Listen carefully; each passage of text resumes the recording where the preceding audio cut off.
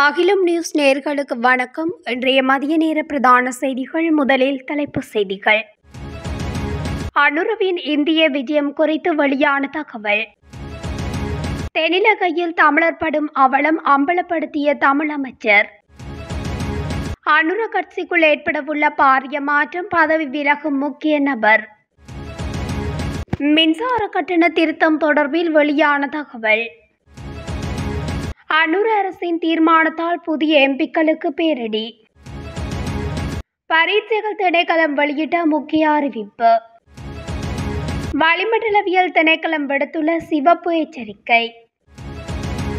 இலங்கைக்கு 2.9 பில்லியன் கடனுதவி வழங்க IMF ஒப்புதல். நில்வலா கங்கையின் நீர்மட்டம் கடுமையாக உயர்வு. தொடர்வன விரிவான செய்திகள். ஜனாதிபதி அனுரகுமார திசாநாயக்கவின் இந்திய விஜயம் குறித்து வெளிவிவகார அமைச்சர் விஜித ஹேரத் அறிவிப்பு ஒன்றை வெளியிட்டுள்ளார். அதன்படி எதிர்வரும் டிசம்பர் மாதம் 2ஆம் வாரத்தில் ஜனாதிபதி இந்தியாவிற்கு செல்வார் என விஜித ஹேரத் உறுதிப்படுத்தியுள்ளதாக தெரிவிக்கப்படுகின்றது. எனினும் உறுதியான திகதி உள்ளிட்ட விடயங்கள் இதுவரையில் வெளியிடப்படவில்லை எனினும் அவர் சுட்டிக்காட்டியுள்ளார். அனுரகுமார திசாநாயக்க ஜனாதிபதியாக பதவியேற்ற பிறகு முதலாவது உத்தியோகபூர்வ வெளிநாட்டு பயணமாக இந்தியாவுக்கு விஜயம் மேற்கொள்ளவுள்ள நிலையில் ஒட்டுமொத்த சர்வதேச சமூகமும் இதனை உன்னிப்பாக அவதானித்து வருகிறது. இலங்கை இந்திய இணைப்பு திட்டங்களை அடிப்படையாக கொண்டு முன்னாள் ஜனாதிபதி ரணில் விக்ரமசிங்கே இந்தியாவுடன் கைச்சாத்திட்டுள்ள ஒப்பந்தங்கள் குறித்து இருதரப்பு பேச்சுக்களில் கலந்துரையாடப்படும் எனவும் எதிர்பார்க்கப்படுகின்றது. இதேவேளை ரணில் விக்ரமசிங்கே கடந்த 21ஆம் தேதி இந்தியாவிற்கு விஜயம் மேற்கொண்டுள்ள நிலையில் எதிர்வரும் 30ஆம் தேதி நாடு திரும்ப உள்ளமை குறிப்பிடத்தக்கது. தென்பகுதியில் தமிழ் மக்களின் வாழ்வு என்பது சுமூகமான நிலையில் இல்லை எனவும் அவர்களின் பொருளாதார நிலை உட்பட அனைத்தும் பின்தங்கிய நிலையிலே உள்ளதாகவும் நாடாளுமன்ற தேர்தலில் தேசிய மக்கள் சக்தியின் சார்பில் போட்டியிட்டு வெற்றி பெற்று மகளிர் விவகார அமைச்சராக பதவியேற்ற சரோஜா சாவித்ரி போல்ராஜ் குறிப்பிட்டார். கொழும்பு ஊடகம் ஒன்றுக்கு அளித்த செவ்வியின் போதே அவர் இதனை தெரிவித்தார். இலங்கையில் பொதுவான மொழியாக ஆங்கில மொழி கட்டாயமாக்கப்பட வேண்டும். தென்னிலங்கையில் தமிழ் மக்களின் வாழ்வு பின்தங்கிய நிலையில்தான் உள்ளது. பொருளாதாரம், கல்வி, சுகாதார வசதிகள் பின்தங்கிய நிலையில் உள்ளது. முக்கியமாக தமிழ் பாடசாலைகள் இல்லாமை, தங்களுடைய மத உரிமைகளுக்கான இடம் இல்லாத நிலையில்தான் மாத்தறை, காலி மாவட்டத்தில் உள்ள தமிழர்கள் வாழ்கிறார்கள். மேலும் இதற்கு முன்னிருந்த அரசியல் முறை அந்த மக்களை அந்த இடத்தில் இருந்து மீட்டெடுக்கக்கூடிய முயற்சிகளை மேற்கொள்ளவில்லை. பொருளாதார பின்னடைவு என்பதோடு மட்டுமல்லாமல் தங்களுடைய மத அடையாளங்களை வெளிக்காட்ட முடியாத மக்களாகத்தான் அந்த மக்கள் வாழ்கிறார்கள்.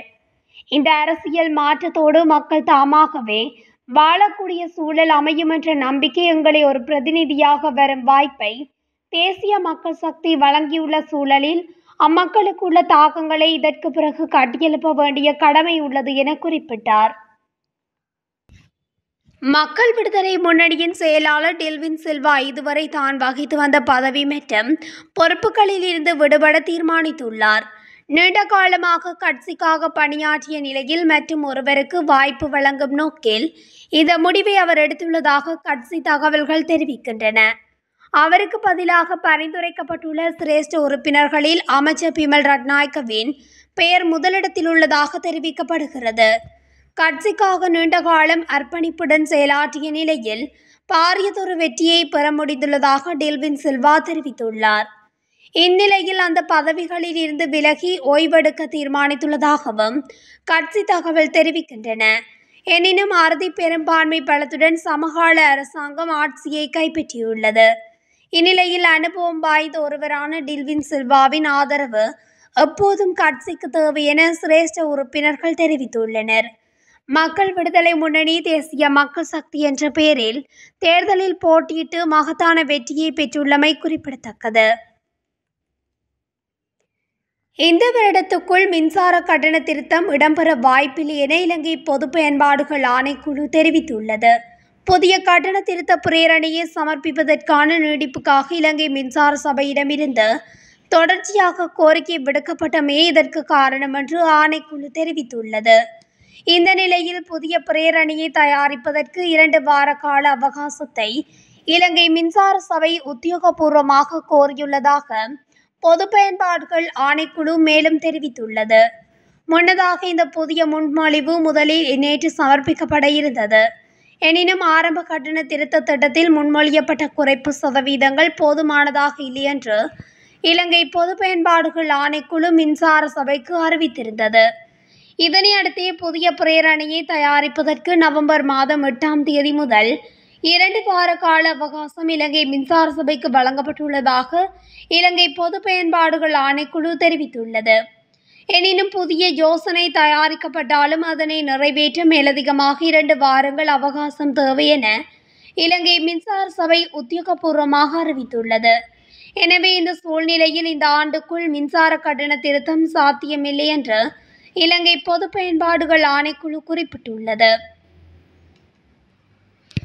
இதுநாள் வரை நாடாளுமன்ற உறுப்பினர்கள் அனுபவித்து வந்த சில சலுகைகள் புதிய நாடாளுமன்றில் குறைக்கப்பட்டுள்ளதாக நாடாளுமன்ற வட்டாரங்கள் தெரிவிக்கின்றன. 25, 26, 27 ஆகிய திகதிகளில் அனைத்து எம்பிக்களுக்குமான பயிலரங்கம் நடைபெறவுள்ளது. இந்த செயலமர்வில் புதிய எம்பிக்களின் சிறப்புரிமைகள் குறித்து நாடாளுமன்ற விவகார அமைச்சகம் தெரிவிக்கும் என்று அந்த வட்டாரங்கள் தெரிவித்தன. இதுவரை நாடாளுமன்ற உறுப்பினர்களின் பாதுகாப்புக்காக கைத்துப்பாக்கி வழங்கப்பட்டு வந்த நிலையில் அந்த வசதியை நீக்குவது தொடர்பில் கவனம் செலுத்தப்பட்டுள்ளது. இது தவிர ஒவ்வொரு நாடாளுமன்ற உறுப்பினருக்கும் 2 காவல்துறை உத்தியோகத்தர்களின் பாதுகாப்பு வழங்கப்பட்டு வந்ததாகவும் அதுவும் நீக்கப்படும் எனவும் தெரிவிக்கப்பட்டுள்ளது. நாடாளுமன்ற உறுப்பினர்களுக்கு இதுவரையில் வழங்கப்பட்டு வந்த வரியில்லா வாகன அனுமதி பத்திரமும் நீக்கப்பட உள்ளதாகவும் தெரிய வருகிறது. நாடாளுமன்ற உறுப்பினர்களின் சிறப்புரிமைகளை மீளாய்வு செய்வதற்காக ஜனாதிபதி அனுரகுமார திசாநாயக்கவினால் விசேட குழு ஒன்று நியமிக்கப்பட்டுள்ளதாக நாடாளுமன்ற அதிகாரியொருவர் குறிப்பிட்டுள்ளார். 2024 கல்வி பொது தராதர உயர்தர பரீட்சைகளை நாளை ஆரம்பிப்பதற்கான அனைத்து ஏற்பாடுகளும் செய்யப்பட்டுள்ளதாக இலங்கை பரீட்சைகள் திணைக்களம் தெரிவித்துள்ளது. உயர்தர பரீட்சைக்காக 2312 பரீட்சை நிலையங்கள் தயார் செய்யப்பட்டுள்ளன. இப்பரீட்சை எதிர்வரும் 20ஆம் தேதி வரை நடைபெறவுள்ளதுடன் இம்முறை பரீட்சைக்கு 3,33,183 மாணவர்கள் தோற்றவுள்ளனர். அவர்களில் 2,53,390 பேர் பாடசாலை பரீட்சார்த்திகள் ஆவர். 79,795 தனியார் பரீட்சார்த்திகள் ஆவர். இதேவேளை உயர்தர பரீட்சை காலத்தில் ஏற்படக்கூடிய அனர்த்தங்களை தவிர்ப்பதற்காகவும் பரீட்சையை இடையூறு இன்றி நடத்துவதற்காகவும் இந்த வேலை திட்டம் நடைமுறைப்படுத்தப்பட்டுள்ளது. வங்கக்கடலில் வரும் வாரத்தில் குறைந்த காற்றழுத்த தாழ்வு நிலை உருவாகலாம் என வளிமண்டலவியல் திணைக்களம் கணித்துள்ளது. எனவே பரீட்சை காலத்தில் ஏற்படக்கூடிய அனைத்து சூழ்நிலைகளை தவிர்த்து மாணவர்கள் பரீட்சையை வெற்றிகரமாக எதிர்கொள்ளும் வகையில் நல்ல சூழலை உருவாக்குவதற்காக இந்த நடவடிக்கை அனர்த்த முகாமைத்துவ மத்திய நிலையத்தின் உதவியுடன் எடுக்கப்பட்டுள்ளது. பரீட்சை காலத்தில் பரீட்சார்த்திகள் மற்றும் பரீட்சை கடமைகளில் ஈடுபடும் உத்தியோகத்தர்களுக்கு ஏற்படக்கூடிய தடைகளை தவிர்ப்பதற்காக அவசர கால பதில் ஒருங்கிணைப்பு பொறிமுறையை வலுப்படுத்தவும் இந்த கூட்டுத்திட்டம் செயல்படும் என தெரிவிக்கப்பட்டுள்ளது. மாணவர்கள் பரீட்சைக்கு தோற்றுவதை தடுக்கும் வகையில் ஏதேனும் அனர்த்தம் ஏற்பட்டால் சம்பந்தப்பட்ட நிலையத்தை அடைவதற்கான உதவிகளை பெறுவதற்கு சில தொலைபேசி இலக்கங்களும் அறிமுகப்படுத்தப்பட்டுள்ளன. இதன்படி அனர்த்த முகாமைத்துவ மத்திய நிலையத்தின் அவசர இலக்கமான 117 அல்லது விசேட ஒருங்கிணைந்த அவசர செயற்பாட்டு அறை இலக்கங்களான 0113668020 அல்லது 0113668100 அல்லது 0113668113 அல்லது 0113668010 மற்றும் 0763111117 ஆகிய இலக்கங்களுக்கு அழைக்க முடியும்.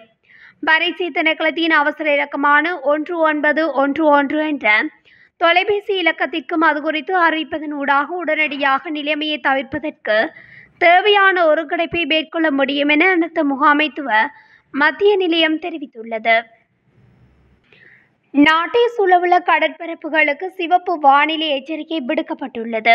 தென்கிழக்கு வங்காள விரிகுடாவில் குறைந்த காற்றழுத்த தாழ்வு பகுதி உருவாகியுள்ளதாக வளிமண்டலவியல் திணைக்களம் தெரிவித்துள்ளது. இந்த குறைந்த காற்றழுத்த தாழ்வு பகுதி மேற்கு வடமேற்கு திசையில் நகர்ந்து நாளை தென்மேற்கு வங்காள விரிகுடாவில் காற்றழுத்த தாழ்வு மண்டலமாக வலுப்பெற வாய்ப்புள்ளதாக வளிமண்டலவியல் திணைக்களம் தெரிவித்துள்ளது. இது மேலும் வலுவடைந்து இலங்கையின் வடக்கு கரையோரத்தை நோக்கி நகரக்கூடும் என அந்த திணைக்களம் எதிர்வு கூறியுள்ளது. இதன் காரணமாக கிழக்கு மற்றும் ஊவா மாகாணங்களில் சில பகுதிகளில் 150 மில்லிமீட்டருக்கும் அதிகமான கடுமையான மழை வீழ்ச்சி பதிவாகக்கூடும் என எதிர்வு கூறப்பட்டுள்ளது. அதே நேரம் மன்னாரிலிருந்து காங்கேசுந்தரை, திருகோணமலை, மட்டக்களப்பு மற்றும் பொத்துவிலூடாக அம்பாத்தோட்டை வரையான கடற்பரப்புகளில் காற்றானது இடைக்கிடையே மணித்தியாலத்துக்கு 60 முதல் 70 கிலோமீட்டர் வரையான வேகத்தில் வீசக்கூடும். குறித்த கடற்பரப்புகள் கொந்தளிப்பாகவும் கடல் அலைகள் உயர்வாகவும் காணப்படுவதுடன் குறித்த பகுதிகளில் பலத்த மழை அல்லது இடியுடன் கூடிய மழை பெய்யக்கூடும். இலங்கைக்கு 2.9 பில்லியன் அமெரிக்க டாலரை கடனுதவிக்கான 3வது தவணையை வழங்க அனைத்துலக பண நிதியம் ஒப்புதல் அளித்துள்ளது. இருப்பினும் இலங்கையின் பொருளியல் நம்பிக்கை அளிக்கும் வகையில் இல்லை என IMF எச்சரித்துள்ளதாகவும் கூறப்படுகின்றது. 3வது கடன் தவணையாக கிட்டத்தட்ட 333 மில்லியன் அமெரிக்க டாலரை இலங்கைக்கு வழங்க இருப்பதாக IMF வெளியிட்ட அறிக்கையில் தெரிவித்தது. இந்த தவணையுடன் சேர்த்து கிட்டத்தட்ட 1.3 பில்லியன் அமெரிக்க டாலரை பொருளியல் நெருக்கடியால் பாதிக்கப்பட்ட தெற்காசிய நாடான இலங்கைக்கு அதிலிருந்து மீண்டு வர கடனுதவியாக அளித்திருப்பதாக IMF மேலும் கூறியுள்ளது. அதே சமயம் இலங்கையில் பொருளியல் மீட்சிக்கான சாத்தியக்கூறுகள் தென்படுவதாகவும் IMF தெரிவித்துள்ளதாகவும் கூறப்படுகின்றமை குறிப்பிடத்தக்கது.